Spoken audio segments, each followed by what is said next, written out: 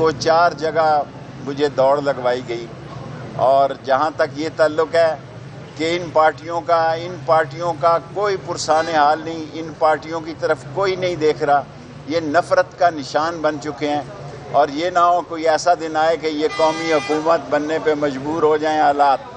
मैं हालात को इतना ख़राब होते देखता हूँ कि हो सकता है कि कौमी हुकूमत भी वजूद में आ जाए, क्योंकि जिन लोगों ने इनसे जितना काम लेना था वो गोली अंदर और चूहा जलंधर हो गया है, इनका काम पूरा हो गया है, ये जाएं और मज़े करें। ये बता दें, आपको खेलने में दिलचस्पी है, भारत चैंपियंस ट्रॉफी में नहीं शिरकत कर रहा, भारत नहीं कर रहा तो ना करे, लानत भेजो उस पर।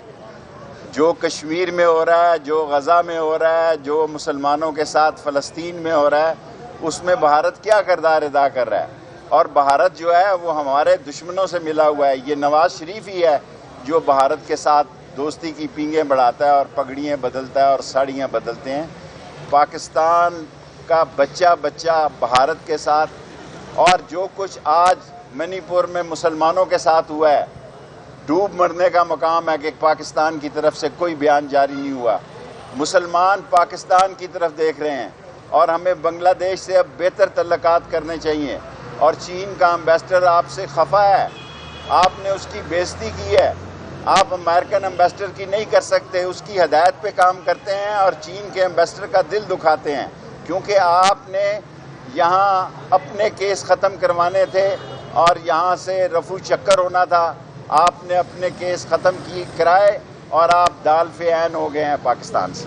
Thank you. पंजाब असेंबली में इनकम टैक्स जो बिल मंजूर हुआ है, किसानों के और वो नहीं डाला जा रहा। किसानों पर 26 से 2800 रुपये उनकी गंदम आ गई बिकी है, गंदम लोग लगा नहीं रहे।